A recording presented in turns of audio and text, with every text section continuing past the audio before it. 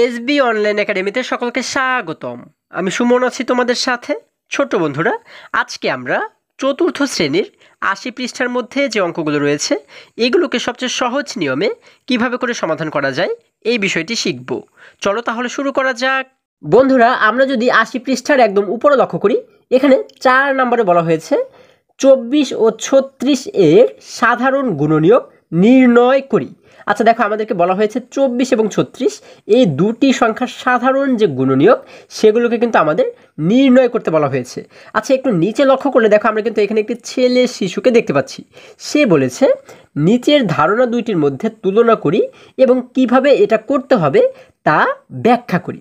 অর্থাৎ এই নিচে আমরা যদি লক্ষ্য করি, দেখো এখানে কিন্তু দুটি ধারণা আমরা দেখতে পাচ্ছি। একটি হচ্ছে মুক্তার ধারণা, এই যে মেয়ে শিশুটিকে আমরা দেখতে পাচ্ছি ওর নাম হচ্ছে মুক্তা, এবং এই যে ছেলে শিশুটিকে আমরা দেখতে পাচ্ছি তার নাম হচ্ছে ডেভিড। তাহলে এই দুজনে যে ধারণা দুটি এখানে আমাদেরকে দেখিয়েছে, এই ধারণা দুটি আমাদের তুলনা করতে বলা হয়েছে এবং কিভাবে এটা করতে হবে তা ব্যাখ্যা করতে বলা হয়েছে। আচ্ছা, আমরা যদি শুরুতে মুক্তার যে ধারণা সেটিকে যদি আমরা লক্ষ্য করি, দেখো এখানে সে কি বলেছে ২৪-এর গুণনীয়ক। যেহেতু ২৪ এবং ৩৬ এই দুটি সংখ্যার গুণনীয়ক আমাদেরকে বের করতে বলা হয়েছে, তো সেই জন্য মুক্তা শুরুতে লিখেছে ২৪-এর গুণনীয়ক। এখন এই ২৪-এর গুণনীয়ক দ্বারা আমরা কি বুঝতে পারি? আমরা কিন্তু বুঝতে পারি ২৪কে যে সমস্ত সংখ্যা দ্বারা নিঃশেষে ভাগ করা যায় সেই সমস্ত সংখ্যাগুলোই হচ্ছে ২৪-এর গুণনীয়ক, তাই না? তাহলে আমরা ১ থেকে দেখতে দেখতে কিন্তু ২৪ পর্যন্ত যাব। যেহেতু এখানে ২৪-এর গুণনীয়ক আমরা বের করব, তাহলে ১ থেকে দেখব যে ১ দ্বারা কি ২৪কে ভাগ করা যায় কিনা, তারপরে ২ দ্বারা ভাগ করা যায় কিনা, এইভাবে করে কিন্তু আমরা দেখতে দেখতে যাব। দেখো ১ দ্বারা কিন্তু আমরা ২৪কে ভাগ করতে পারি, তাই না? কারণ আমরা জানি ২৪ একে ২৪, যার কারণে আমরা এখানে শুরুতে লিখলাম হচ্ছে ১। তারপরে দেখো আমরা ২ দ্বারা কিন্তু ২৪কে ভাগ করতে পারি, কারণ আমরা জানি ১২ × ২ = ২৪, যার কারণে আমরা এখানে লিখে দিলাম ২। এরপরে ৩ দ্বারাও কিন্তু ২৪কে ভাগ করা যায়, তাই না? আমরা জানি ৩-৮-২৪, অর্থাৎ ৮-এর সঙ্গে ৩কে গুণ করলে হয় ৩-৮-২৪, যার কারণে ৩কেও এখানে আমরা লিখে দিলাম। এরপরে ৪ দ্বারাও কিন্তু ২৪কে ভাগ করা যাবে, ৬ দ্বারা ভাগ করা যাবে, ৮ দ্বারা, ১২ দ্বারা এবং ২৪ দ্বারা। এই কয়টি সংখ্যা দ্বারা কিন্তু আমরা ২৪কে ভাগ করতে পারবো। তোমরা কিন্তু একটি একটি করে সংখ্যা দেখবে যে কোন কোন সংখ্যা দ্বারা আমরা ২৪কে ভাগ করতে পারি, তাই না? তাহলে এই কয়টি সংখ্যা দ্বারা কিন্তু আমরা ২৪কে ভাগ করতে পারি। তাহলে এগুলোকে আমরা বলতে পারি কি? এগুলোকে বলতে পারি ২৪-এর গুণনীয়ক। একই রকমভাবে যদি আমরা নিচের লাইনে ৩৬-এর যে গুণনীয়কগুলো রয়েছে সেগুলোকে একটু বের করার চেষ্টা করি। ৩৬-এর গুণনীয়ক মানে ৩৬কে যে সমস্ত সংখ্যা দ্বারা ভাগ করা যাবে, তাই না? আমরা ১ থেকে দেখতে দেখতে কিন্তু এবারে ৩৬ পর্যন্ত দেখব। আচ্ছা, তাহলে আমরা শুরুতে আমরা কি কি পেয়েছি? দেখো আমরা পেয়েছি হচ্ছে ১, অর্থাৎ ১ দ্বারা ৩৬কে ভাগ করা যাবে, ২ দ্বারা ভাগ করা যাবে, ৩, ৪, ৬, ৯, ১২, ১৮ এবং ৩৬। এই কয়টি সংখ্যা দ্বারা কিন্তু আমরা ৩৬কে ভাগ করতে পারবো। আমরা কিন্তু দেখতে দেখতে যাব, ঠিক আছে? আচ্ছা, তাহলে এবারে দেখো আমরা এই যে ধারণাটি পাচ্ছি, এটি হচ্ছে কার ধারণা? এটি হচ্ছে মুক্তার ধারণা। এখন আমরা একটু নিচে যদি লক্ষ্য করি, এখানে ডেভিড যে ধারণাটি এখানে আমাদের দেখিয়েছে, আমরা যদি এটিকে একটু লক্ষ্য করি, দেখো এখানে সে কী করেছে? প্রথমে লিখেছে ২৪-এর গুণনীয়ক। আমরা ২৪-এর যে গুণনীয়কগুলো আগেও পেয়েছি, দেখো এইখানে কিন্তু ডেভিডের ধারণায় আমরা কিন্তু ঠিক একই রকম গুণনীয়কগুলোকে পাচ্ছি। অর্থাৎ ২৪-এর গুণনীয়ক মানে ২৪কে যে সমস্ত সংখ্যা দ্বারা ভাগ করা যায়, তাই না? আমরা কী কী পেয়েছি? ১, ২, ৩, ৪, ৬, ৮, ১২ এবং ২৪। এই কয়টি হচ্ছে কি ২৪-এর গুণনীয়ক। এখন আমরা নিচের লাইনে কি লিখব? ৩৬-এর গুণনীয়ক। এখন ৩৬-এর গুণনীয়কের জায়গাতে আমরা কিন্তু দেখো কিছু টিক চিহ্ন দেখতে পাচ্ছি। এই টিক চিহ্নগুলো আমরা কেন দিলাম? কারণ হচ্ছে আমরা এবারে নিচে কিন্তু কোনো সংখ্যা লিখব না। আমরা যে কাজটি করবো, আমরা উপরে যে সংখ্যাটি দেখতে পাচ্ছি, যেমন উপরে রয়েছে ১, এখন ২৪-এর গুণনীয়কে যেহেতু ১ ছিল, ৩৬-এর গুণনীয়কে কি ১ রয়েছে? যদি ১ থাকে তাহলে আমরা এই ১-এর নিচে একটি টিক দেবো। যেমন আমরা জানি ৩৬-এর গুণনীয়কেও কিন্তু ১ রয়েছে, যার কারণে ১-এর নিচে একটি টিক দেবো। এবং এরপরে দেখো আমরা দেখব ২, এখানে কিন্তু উপরে রয়েছে ২। আমরা যখন ৩৬-এর গুণনীয়ক বের করবো তখন কি আমরা ২ পাবো? ২ দ্বারা কি ৩৬কে ভাগ করা যায়? হ্যাঁ, আমরা জানি ১৮ × ২ = ৩৬, তার মানে ২-এর ঘরেও একটি টিক দেবো।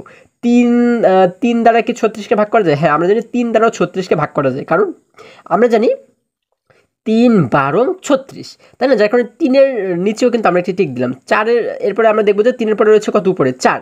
এই ৪ দ্বারা ৩৬কে ভাগ করা যায় কিনা? আমরা কিন্তু জানি ৪ দ্বারা ৩৬কে ভাগ করা যায়, কারণ আমরা জানি ৪ নং ৩৬। দেখো, যার কারণে ৪-এর ঘরের নিচেও কিন্তু আমরা একটি টিক চিহ্ন দিলাম। এরপরে দেখো এই পাশে রয়েছে ৬। এবার দেখবো আমরা ৬ দ্বারা ৩৬কে ভাগ করা যায় কিনা। দেখো আমরা যদি লক্ষ্য করি, আমরা কিন্তু ৬ দ্বারাও ৩৬কে ভাগ করতে পারবো, কারণ আমরা জানি ৬, ৬, ৩৬, তাই না? যার কারণে ৬-এর নিচেও একটি আমরা টিক চিহ্ন দিলাম। এরপরে রয়েছে ৮। ৮ দ্বারা কি আমরা এবারে ৩৬কে ভাগ করতে পারবো? আমরা কিন্তু ৮ দ্বারা ৩৬কে ভাগ করতে পারবো না, যার কারণে ৮-এর নিচে আমরা একটি কাটা চিহ্ন দিব। এরপরে 12 দ্বারাও আমরা 36কে ভাগ করতে পারবো, কারণ আমরা জানি 3 12 36, তাই না? যার কারণে আমরা এইখানে কিন্তু একটি টিক চিহ্ন দেবো 12 নিচে, এবং এরপরে শেষে রয়েছে 24। এই 24 দ্বারা কিন্তু 36কে ভাগ করতে পারবো না, যার কারণে আমরা এখানে একটি কাটা চিহ্ন দেবো। এখন দেখো আমরা টিক দিলাম কোন কোন চিহ্নের নিচে, দেখো 1 2 3 4 6 এবং 12 এই কয়টি সংখ্যার নিচে কিন্তু আমরা টিক দিয়েছি। তাহলে এগুলো দ্বারা আমরা কি বুঝতে পারি, এই যে কয়টি সংখ্যার নিচে আমরা টিক দিয়েছি এইগুলো দ্বারা আমরা বুঝতে পারি এই যে যে গুণনীয়কগুলো এগুলো কিন্তু 24-এর মধ্যেও রয়েছে, আবার 36-এর মধ্যেও রয়েছে, তাই না? তাহলে যে সমস্ত গুণনীয়কগুলো 24-এর মধ্যেও আমরা পাবো এবং 36-এর মধ্যেও পাবো সেগুলোকেই বলা হয় হচ্ছে সাধারণ গুণনীয়ক।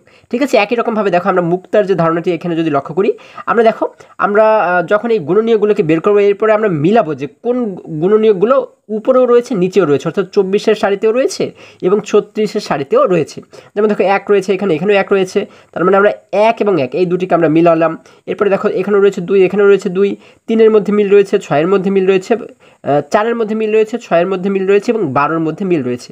তাহলে যে সমস্ত সংখ্যাগুলোর মধ্যে মিল রয়েছে সেগুলোকে আমরা বলতে পারি 24 এবং 36-এর গুণনীয়ক। আশা করি সকলে তোমরা খুবই সহজে বিষয়টি বুঝতে পেরেছো।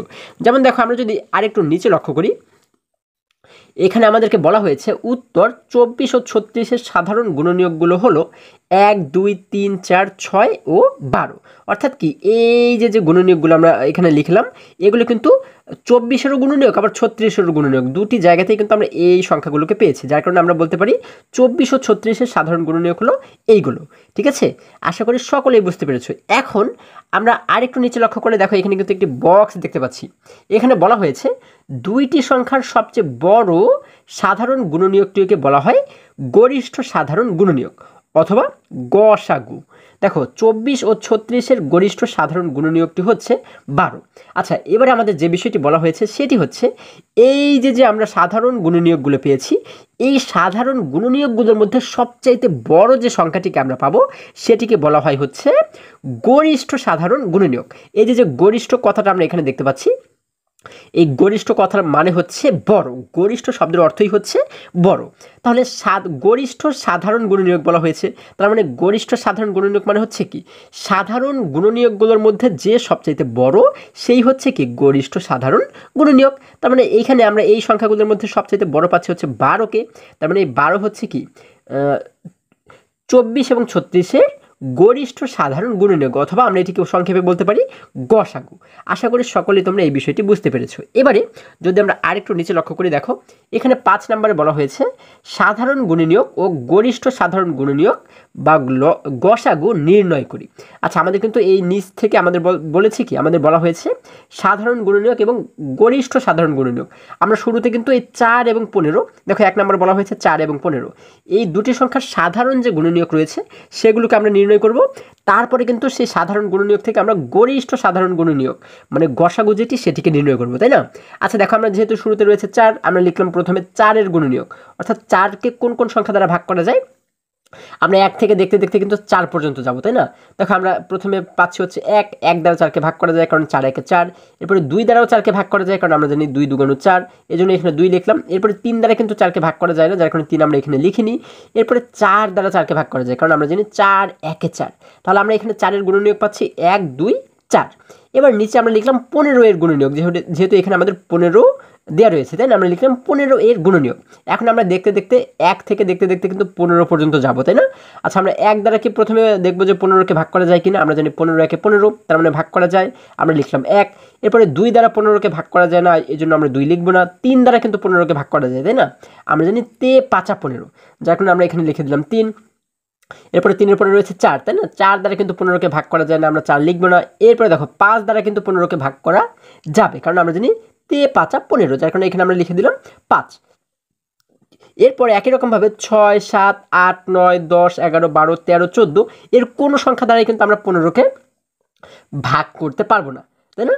আচ্ছা, যার কারণে আমরা সর্বশেষ 15কে দ্বারা কিন্তু 15কে ভাগ করতে পারবো, এই জন্য আমরা এই শেষে লিখে দেবো 15, কারণ 15 একে হয় 15।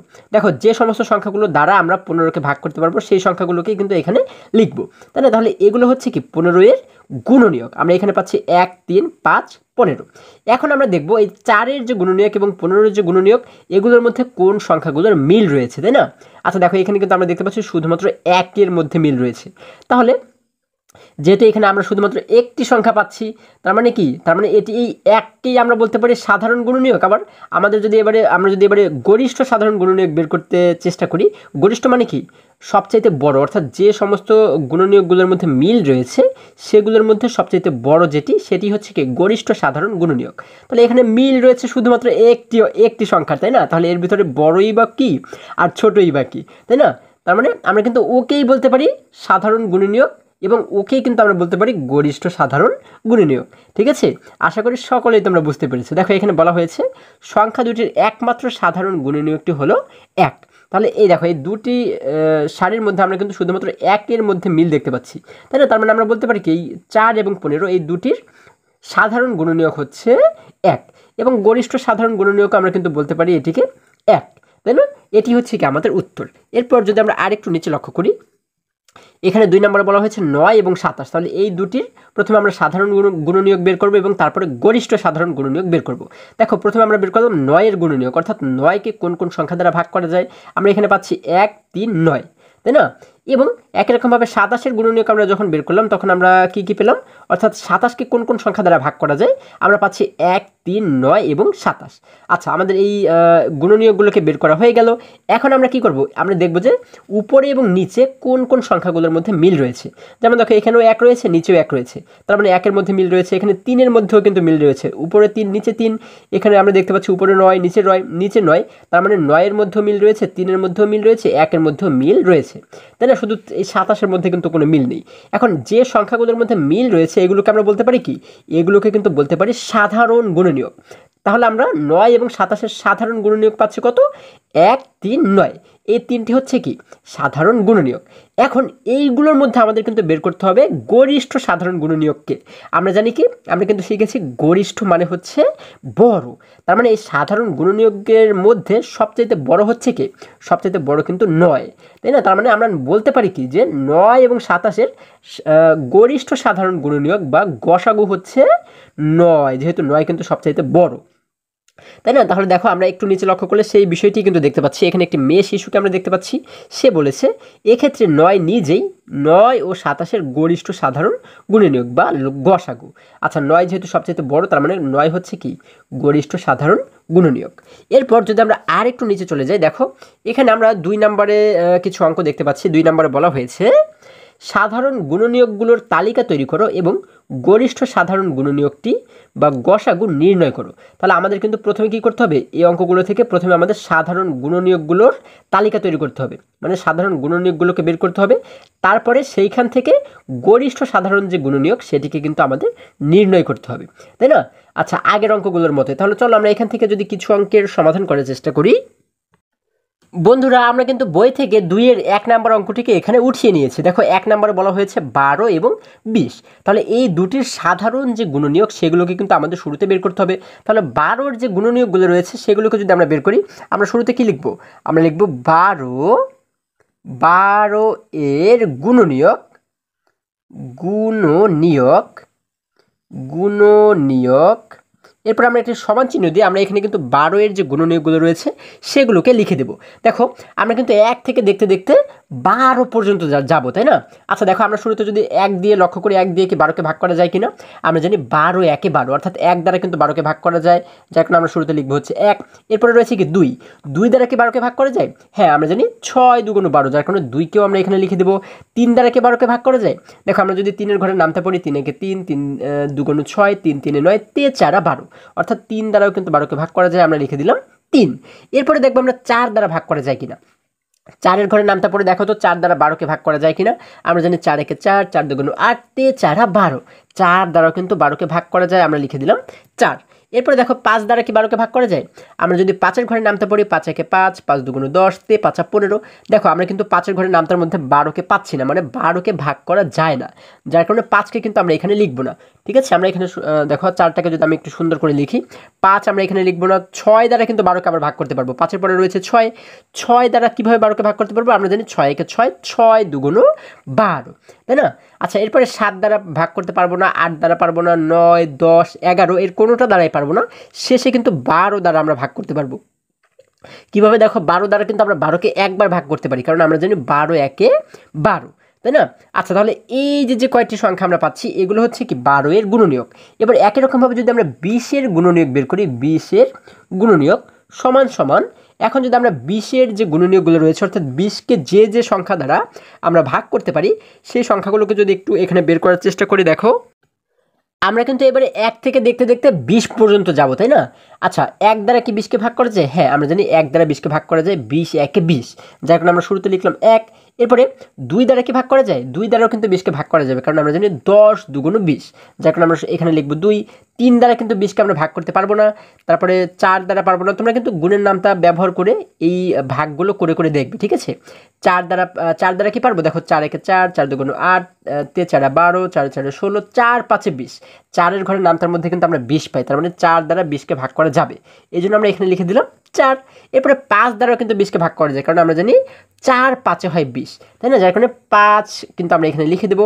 এরপরে 6 দ্বারা কিন্তু 20কে ভাগ করা যাবে না, 7 দ্বারা যাবে না, 8 দ্বারা যাবে না, 9 দ্বারা যাবে না, 10 দ্বারা যাবে, 10 দ্বারা কিন্তু যাবে, তাই না? 10-এর সাথে আমরা জানি 10 এবং 2কে গুণ করলে হয় 10 2 20, যার কারণে আমরা এখানে লিখে দেবো 10।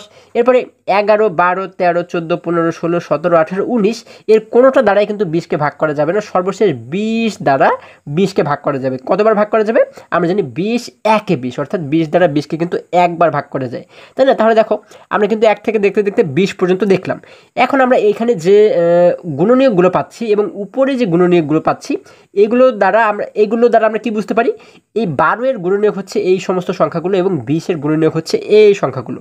এখন আমরা এই উপরে এবং নিচে এই সংখ্যাগুলোর মধ্যে মিল খুঁজবো, অর্থাৎ কোন কোন সংখ্যাগুলো উপরেও আছে এবং নিচেও আছে সেগুলোকে কিন্তু আমরা দেখব, তাই না? যেমন দেখো এখানে উপরে রয়েছে 1, নিচেও রয়েছে 1, উপরে রয়েছে 2, নিচেও রয়েছে 2, উপরে 3 রয়েছে, নিচে 3 নেই। এরপরে উপরে 4 রয়েছে, নিচেও 4 রয়েছে, উপরে 6 আছে, এখানে 6 নেই, এখানে 12 আছে, এখানে 12 নেই। তার মানে এই কয়টি সংখ্যার মধ্যে আমরা মিল পাচ্ছি সেগুলো হচ্ছে কি? দেখো 1 2 4, 1 2 এবং 4 এই 3টে সংখ্যার মধ্যে কিন্তু এখানে মিল আছে। তাহলে এই 3টে সংখ্যাকে আমরা কি বলতে পারি? এইগুলোকে কিন্তু আমরা বলতে পারি 12 এবং 20-এর সাধারণ গুণনীয়ক। যেগুলোর মধ্যে মিল আছে সেগুলোকে কিন্তু বলা হয় সাধারণ গুণনীয়ক। তাহলে আমরা এখানে লিখতে পারি কি? আমরা লিখতে পারি 12 এবং 20 এর সাধারণ গুণনীয়ক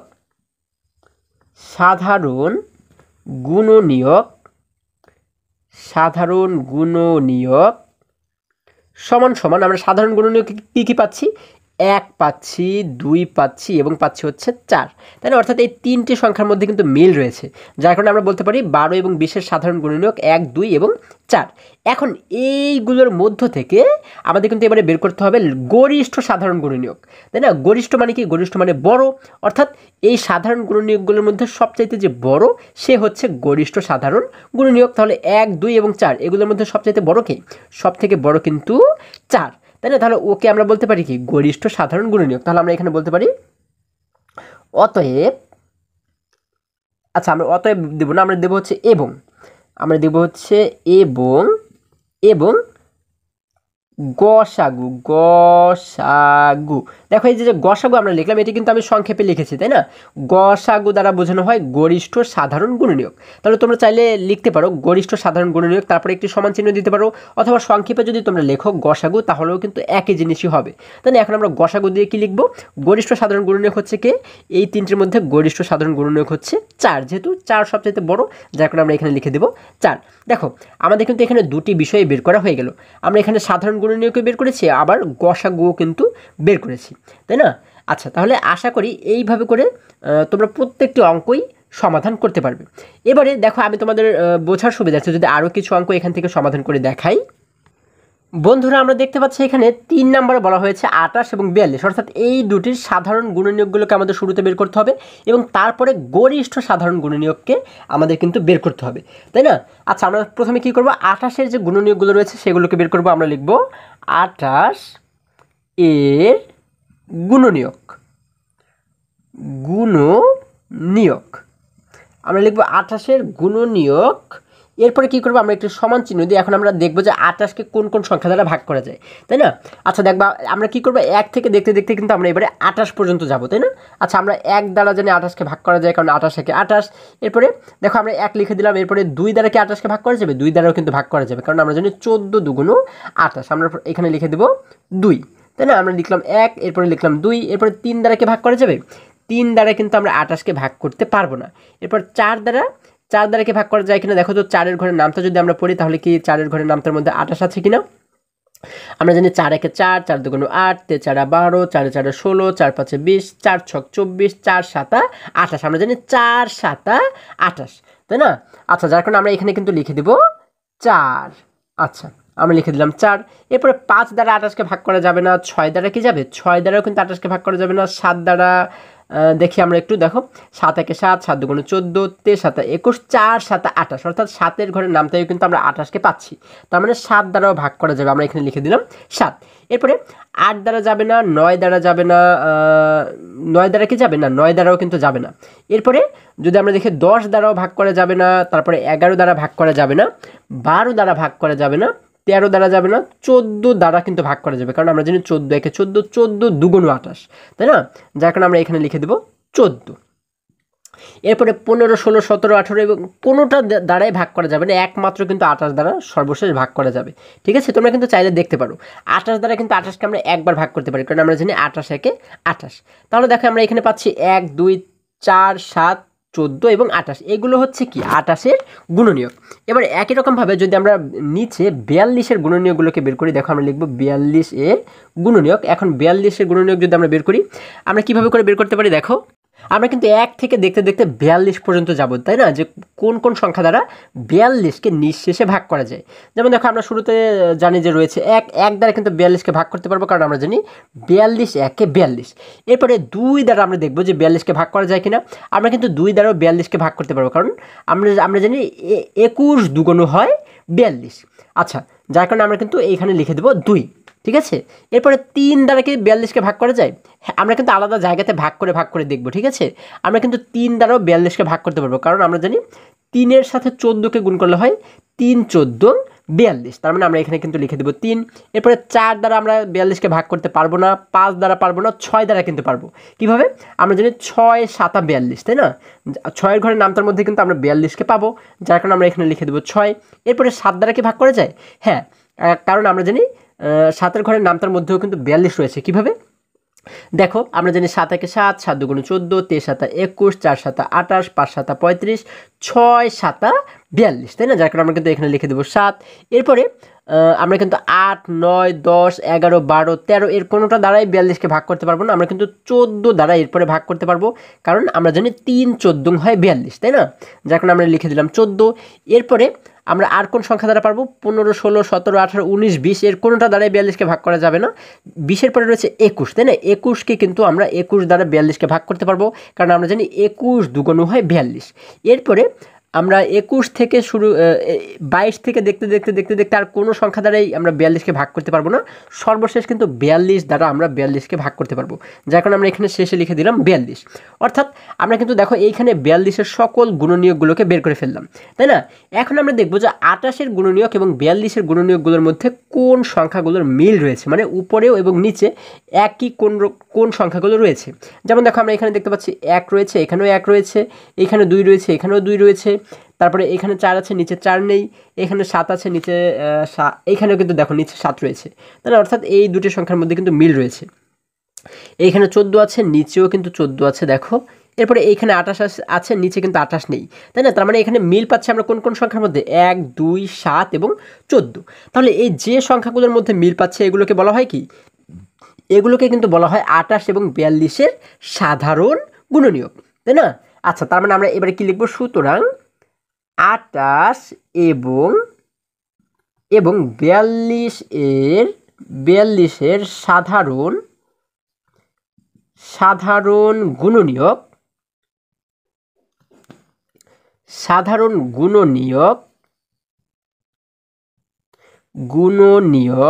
সমান আমরা কি কি পাচ্ছি? সাধারণ গুণনীয়ক পাচ্ছি হচ্ছে 1, তারপরে পাচ্ছি আমরা 2, তারপরে পাচ্ছি হচ্ছে 7 এবং সর্বশেষ পাচ্ছি আমরা 14, তাই না? অর্থাৎ যে সংখ্যাগুলোর মধ্যে মিল রয়েছে সেগুলোই হচ্ছে সাধারণ গুণনীয়ক।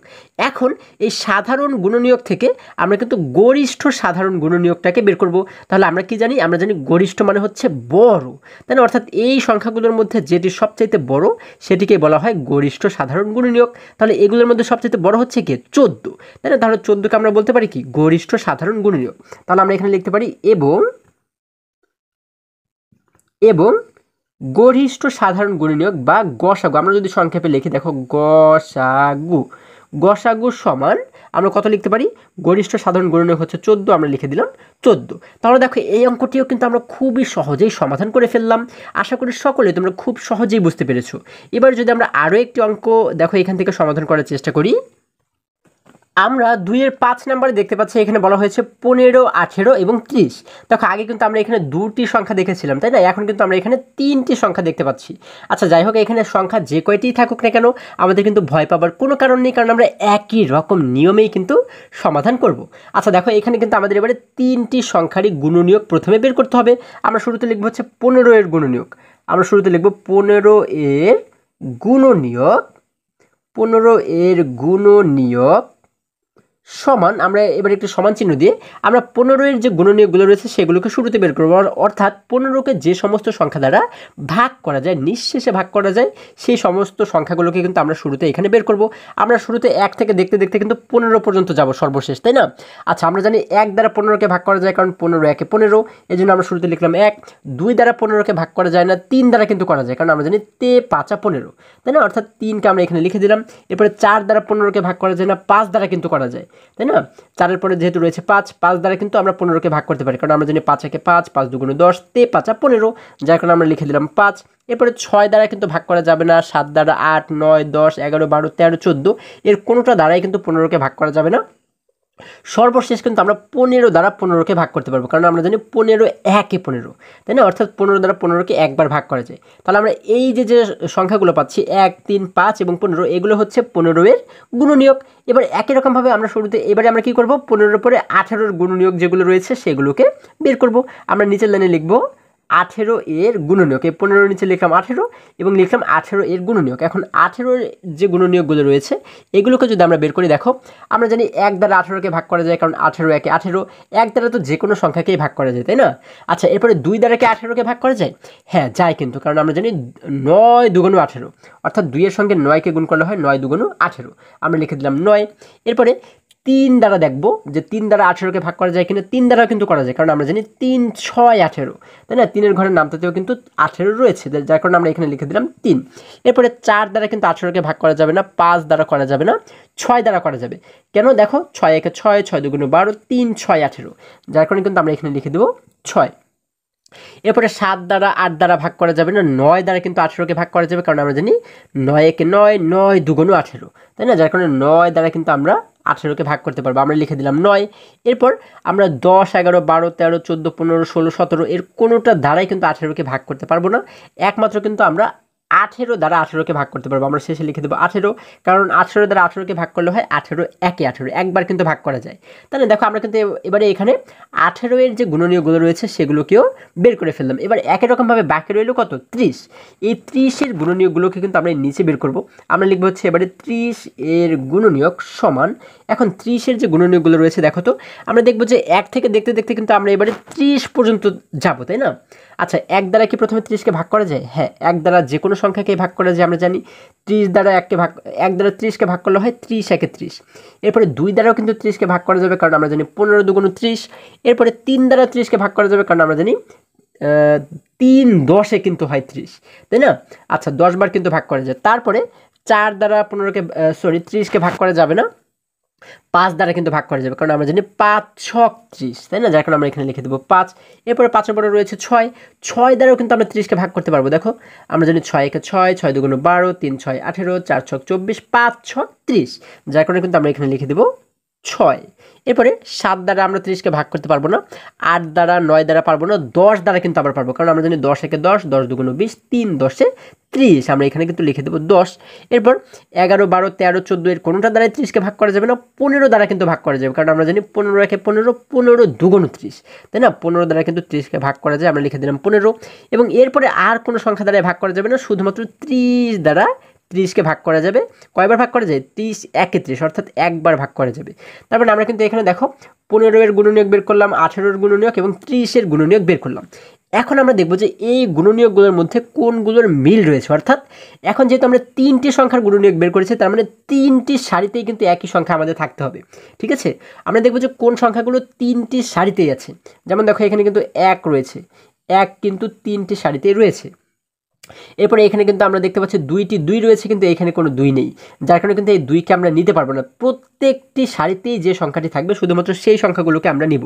ঠিক আছে, আচ্ছা দেখো এখানে কিন্তু 3 রয়েছে, এই নিচের লাইনেও 3 আছে, এইখানেও 3 আছে, তার মানে এই 3কে কিন্তু আমরা ধরে নিতে পারি যে এই 3-এর মধ্যে মিল রয়েছে। আচ্ছা এরপরে এখানে 5 রয়েছে, এখানে কিন্তু 5 নেই, তার মানে 5কে আমরা নিতে পারবো না। এরপরে এখানে রয়েছে 15, নিচে কিন্তু 15 নেই, এখানেও কিন্তু আমরা 15 দেখতে পাচ্ছি, কিন্তু এই মাঝখানের লাইনে যেহেতু 15 নেই, যার কারণে কিন্তু আমরা এই 15টাকে নিতে পারবো না, যেহেতু 3টি লাইনেই আমাদের নেই, তাই না? আচ্ছা তার মানে আমরা মিল পাচ্ছি শুধুমাত্র কয়টি সংখ্যার মধ্যে? 1টি 2টি সংখ্যার মধ্যে মিল পাচ্ছি। তার মানে এই দুটি সংখ্যাকে আমরা বলতে পারি 15, 18 এবং 30-এর সাধারণ গুণনীয়ক। এগুলো হচ্ছে কি? সাধারণ গুণনীয়ক, তাই না? আমরা জানি যেগুলোর মধ্যে মিল থাকে সেগুলোকে বলা হয় সাধারণ গুণনীয়ক। তাহলে আমরা এখানে লিখতে পারি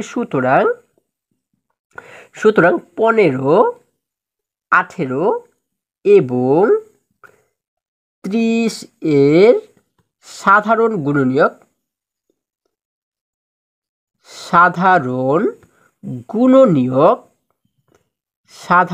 গুণনীয়ক সমান আমরা কি পাচ্ছি? আমরা পাচ্ছি হচ্ছে 1 এবং পাচ্ছি হচ্ছে 3।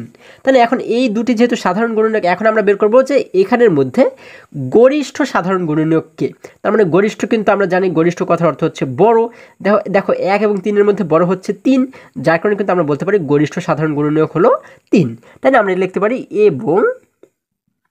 এবং গসাগু গরিষ্ঠ সাধারণ গুণনীয়ক সমান আমরা কত পাচ্ছি? গরিষ্ঠ সাধারণ গুণনীয়ক পাচ্ছি কিন্তু আমরা 3, আমরা এখানে লিখে দেব 3।